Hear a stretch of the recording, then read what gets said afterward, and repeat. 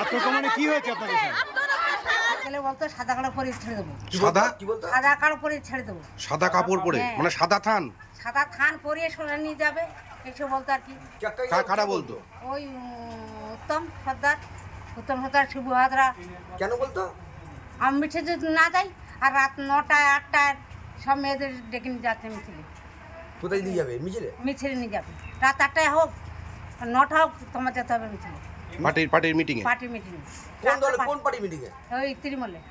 জোর করে নিয়ে যাবে? জোর করে নিয়ে যাবে। না গেলে তোমার মারধর করবে, না গেলে তোমার পিটবে, বাড়িতে এসে অত্যাচার করবে। কত অত্যাচার সহ্য করবো আমরা? গরিব মানুষ খেটে খাওয়া মানুষ, আমাদের দেখতে হচ্ছে আমাদের হালগুলি কী অবস্থা আছে। কী করবো? সেই খাটার টাকা 10 টাকা সব নিয়ে নিল আমাদের।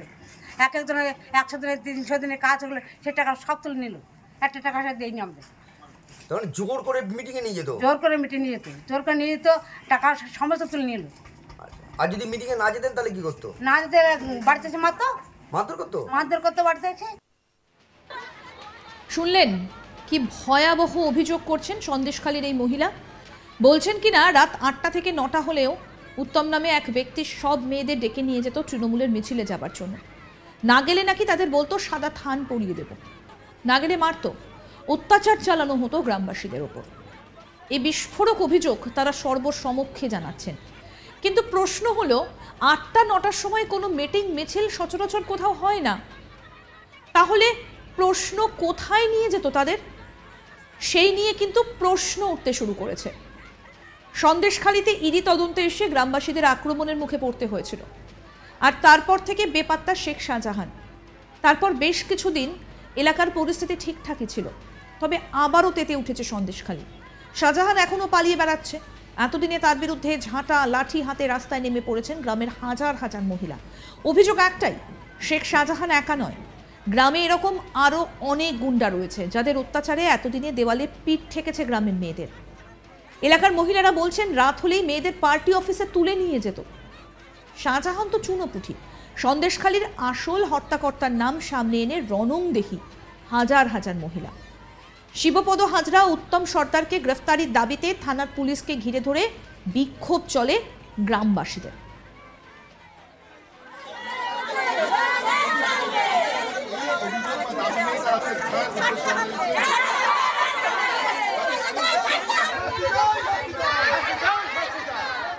গ্রামবাসী ললিতা সরকার অভিযোগ করছেন, শোনাই আপনাদের আরো একবার তার অভিযোগ। বলতো সাদা কাপড় পরে ছেড়ে দেবো। সাদা কাপড় পরে ছেড়ে দেবো। সাদা কাপড় পরে মানে সাদা থান পরিয়ে সোনা নিয়ে যাবে এসব বলতো আর কি। কারা বলতো? ওই উত্তম সর্দার শিবু হাজরা। কেন বলতো? আমি মিঠে যদি না যাই আর রাত 9টায় 8টায় সব মেয়েদের ডেকে নিয়ে যাচ্ছে মিছিলে। কোথায় নিয়ে যাবে? মিছিলে নিয়ে যাবে। রাত 8টায় হোক 9টা হোক তোমার যেতে হবে মিছিলে। পার্টির মিটিং এ? Party meeting. কোন পার্টি মিটিং এ? ওই তৃণমূলে। জোর করে নিয়ে যাবে? জোর করে নিয়ে যাবে। না গেলে তোমার মারধর করবে, না গেলে তোমার পিটবে, বাড়িতে এসে অত্যাচার করবে। কত অত্যাচার সহ্য করবো আমরা? গরিব মানুষ খেটে খাওয়া মানুষ, আমাদের দেখতে হচ্ছে আমাদের হালগুলি কী অবস্থা আছে। কী করবো? সেই খাটার টাকা 10 টাকা সব নিয়ে নিল আমাদের। একজনের 100 দিনের 300 দিনের কাজ হলো সে টাকা সব তুলে নিল, একটা টাকা সে দেয়নি আমাদের। তখন জোর করে মিটিংয়ে নিয়ে যেত? জোর করে মিটিং নিয়ে যেত, জোর করে নিয়ে যেত, টাকা সমস্ত তুলে নিল। আর যদি মিটিংয়ে না যেতেন তাহলে কি করতো? না যেতে বাড়িতে এসে মারধর করতো বাড়িতে এসে। গ্রামের মহিলারা বিক্ষোভ দেখান থানা এবং বিডিও অফিস চত্বরের সামনে। বিক্ষোভকারীদের দাবি অবিলম্বে গ্রেফতার করতে হবে উত্তর 24 পরগনা জেলা পরিষদের 2 সদস্য তথা তৃণমূল নেতা সুশান্ত সর্দার ওরফে উত্তম এবং শিবপ্রসাদ হাজরাকে। পরিস্থিতি সামাল দিতে বিরাট পুলিশ বাহিনী ঘটনাস্থলে পৌঁছয়। ইডি আধিকারিকদের ওপর আক্রমণের ঘটনায় মূল অভিযুক্ত শেখ শাহজাহান এলাকা ছেড়ে আগেই পালিয়েছে। বুধবার সন্ধ্যায় এলাকার মানুষ লাঠি হাতে তাড়িয়ে এলাকা ছাড়া করেছে উত্তম সর্দার এবং শিবপদ হাজরাকে। এলাকার মানুষ এবার মুখ খুলতে শুরু করেছেন। বিশ্বজিৎ মণ্ডল তার বক্তব্য আসলে শোনাই আপনাদের। কি বলছেন, কি চাইছেন আসলে সেখানকার বাসিন্দারা, শুনুন। সম্বন্ধে আমরা বোঝাচ্ছি যে আমরা তৃণমূল করি বটে, কিন্তু আমাদেরকে শোষণ করে রেখেছে। আমরা গরিব মানুষ, আমরা এই দলবাড়ি না করতে গেলে আমাদের ঘর বাড়ি ভেঙে দেবে বা মানে বাড়িতে সাদা কাপড় ফেলে দিয়ে যাচ্ছে। আপনি তো তৃণমূল করেন, উত্তম বললো সরকার তো কিছু- তৃণমূলই করে, তারপরেও কেন এরকম? কিছু করার নেই তাদের। কি করবো, আমরা গরিব মানুষ, আমরা খাটতে যাচ্ছি এবং করতে যাচ্ছি, এর বাড়িতে এসে ঝামেলা করছে, হ্যাঁ টিএমসি করতে হবে, না হলে মেরে ফেলবো, মুখ করবো, মার্ডার করবো, এইসব করছে। কিন্তু আপনারা যেহেতু টিএমসি করেন, আর সেই উত্তম ভয়ে সরকার আমরা TMC করছি। কি করতো উত্তম সরকার? উত্তম সরকার মানে ওই তাসবি করছে, মানে যে আমাদের টিএমসিকে ভোট দিতে হবে, আমরা এখন ক্ষমতায় আছি, তোমরা কি পাওনি? আমরা বলছি আমরা কোনো কিছুই পাইনি, আমরা গরিব মানুষ। আপনার সঙ্গে কি করেছিল? আমার সঙ্গে ওই স্টোরে হচ্ছে গিয়ে আলু স্টোরে গিয়ে টাকা পয়সা নিয়ে পালিয়ে এসছে, ওর নিজের গাড়ি নিয়ে গিয়ে। কত টাকা নিয়েছিল? 1,40,000 টাকা। সেই টাকা পেয়েছেন? টাকাটা না, টাকা পাইনি, অনেকবারই গেছি ওনার কাছে, কিন্তু উনি মানে আশ্বাস দিয়েছিল অনেকবার, কিন্তু টাকাটা আমি এখন উদ্ধার করতে পারিনি। তো কি চান এখন? এখন আমি ওনার সাজা চাই, বা প্রশাসনের কাছে মানে প্রশাসন যেভাবে ওনাকে টেক আপ করেছে, নাহলে আমার টাকাটা অনেক আগে উদ্ধার হয়ে যেত। কিন্তু প্রশাসনের বিরুদ্ধে কি বলবেন? প্রশাসন কোনো ওনার ইয়ে করছে না, কোনো ঝামেলাই নিচ্ছে না প্রশাসন। মানে প্রশাসন কি আপনাদের কোনো লিখিত অভিযোগ নেয় না? না না না না, বলে ও সাধারণ ভাই বললে তার ব্যাপার। শাহজাহান বললো? হ্যাঁ, সাধারণ ভাই বললে তারপরে নেব। তাহলে উত্তম সরকারের কাছে কত লক্ষ টাকা পান? 1,40,000 টাকা। তাদের দাবি প্রাণ ভয়ে এতকাল তারা মুখ খুলতে পারেননি।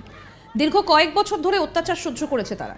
তৃণমূলের মিটিংয়ে না গেলে মারধর, জমি কেড়ে নেওয়ার পাশাপাশি তাণ্ডব চালাতো উত্তম সর্দারের মতো নেতারা। শত্রুঘ্ন সর্দার এক স্থানীয় বাসিন্দা, তার কি বক্তব্য শোনাবো। নিয়ে যেত কারা?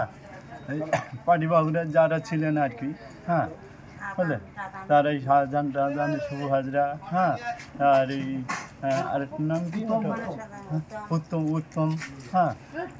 কি বলতো? কি করে নিয়ে যেত আপনাদেরকে? মারধর করতো? না নিয়ে গেলে এখন তোমাদের থাকতে দেবো না, জোর করে মারধর করবো, হ্যাঁ। এই এখান থেকে মানে সব তুলে নিয়ে চলে যাবে। কত বছর ধরে চলছে এগুলো? হ্যাঁ, কত না, না, বছর? আপনাদের জোর করে আপনাদের কি কোনো তৃণমূলের মিটিংয়ে নিয়ে যেত? হ্যাঁ, না আমাদেরকে নিয়ে যেত ওখানে মিটিংয়ে। কিসের, কোন দলের মিটিংয়ে? তৃণমূলের মিটিংয়ে হ্যাঁ, তৃণমূলের মিটিংয়ে জোর করে নিয়ে যেত? জোর করে নিয়ে যেত। আচ্ছা, আপনাদের যাওয়ার ইচ্ছে তার না থাকলেও নিয়ে যেত? নিয়ে যেত বলে গাড়ি ঘোড়া বন্ধ, গাড়ি ঘোড়া যদি না পাই আমরা হেঁটেও চলে যেতাম, বুঝলে, হ্যাঁ, মারের ভয়ে, বুঝতে পারলে। হ্যাঁ, আমাদের প্রতিনিধি তপন মণ্ডল কি প্রতিবেদন তুলে ধরলেন, আসুন শুনি। বসিরহাট মহকুমার সন্দেশখালী বিধানসভা এলাকায় দুটি ব্লক আছে, সন্দেশখালী 1 ও সন্দেশখালী 2। আর গত 1 মাস ধরে সন্দেশখালী এই দুটি ব্লক খবরের শিরোনামে। তার কারণটা কি? কারণ এই এলাকার বেতাজ বাদশাহ শেখ শাহজাহান, তিনি গত 1 মাস ধরে এলাকা ছেড়ে পলাতক। তিনি কোথায় আছেন পুলিশ জানেন না, যদিও বিরোধীরা বারবার অভিযোগ তুলেছেন যে পুলিশ সবই জানে, কিন্তু পুলিশ সে বিষয়ে এখনও পর্যন্ত মুখ খুলতে রাজি হয়নি। কারণ কি? শেখ শাহজাহানের পালিয়ে যাওয়ার। রেশন দুর্নীতি কাণ্ডে ইডি আধিকারিকরা গত জানুয়ারির 5 তারিখে শেখ শাহজাহানের আকুঞ্জিপাড়ার বাড়িতে এসেছিলেন তদন্তে। আর সে সময়ই শেখ শাহজাহানের অনুগামীদের হাতে আক্রান্ত হন ইডি আধিকারিকরা। তাদেরকে মেরে মাথা ফাটিয়ে দেওয়া হয়। এলাকা ছেড়ে পালাতে বাধ্য হন ইডি আধিকারিকরা। তারপর থেকেই এই শেখ শাহজাহান বা সন্দেশখালীর বেতাজ বাদশাহ যাকে নামে ডাকা হয়, তিনি পলাতক। এখনও তার কোনো খোঁজ পাওয়া যায়নি। তবে এই সন্দেশখালীর যে বেতাজ বাদশাহ শেখ শাহজাহানের যে রাশ, সেটা কিন্তু ধীরে ধীরে আলগা হচ্ছে। তার প্রমাণ মিলছে এলাকার মানুষদের কথায়। তার কারণ ইতিমধ্যেই এলাকার তৃণমূল নেতাদের বিরুদ্ধে মুখ খুলতে শুরু করেছেন সন্দেশখালীর মানুষ। সন্দেশখালীর মানুষের দাবি যে তাদের দেয়ালে পিঠ ঠেকে গিয়েছে। তারা ইতিমধ্যেই জানিয়েছেন যে জোর করে তাদেরকে মিটিং মিছিলে নিয়ে যাওয়া হতো, না গেলে বাড়িতে চলতো অত্যাচার। শুধু তাই নয়, রাতের অন্ধকারে বাড়ির মেয়েদেরকেও নিয়ে যাওয়া হতো। কোথায় নিয়ে যাওয়া হতো সেটা কিন্তু তারা বলতে রাজি নন বা তারা জানাতে পারেননি। তবে তাদের দাবি এইভাবে তাদের উপরে দিনের পর দিন অত্যাচার চলত। এই অত্যাচার কারা করতো? অত্যাচার করত শেখ শাহজাহানের বাহিনী, অর্থাৎ শিবপ্রসাদ হাজরা, উত্তম সর্দারদের বিরুদ্ধেই তাদের অভিযোগ।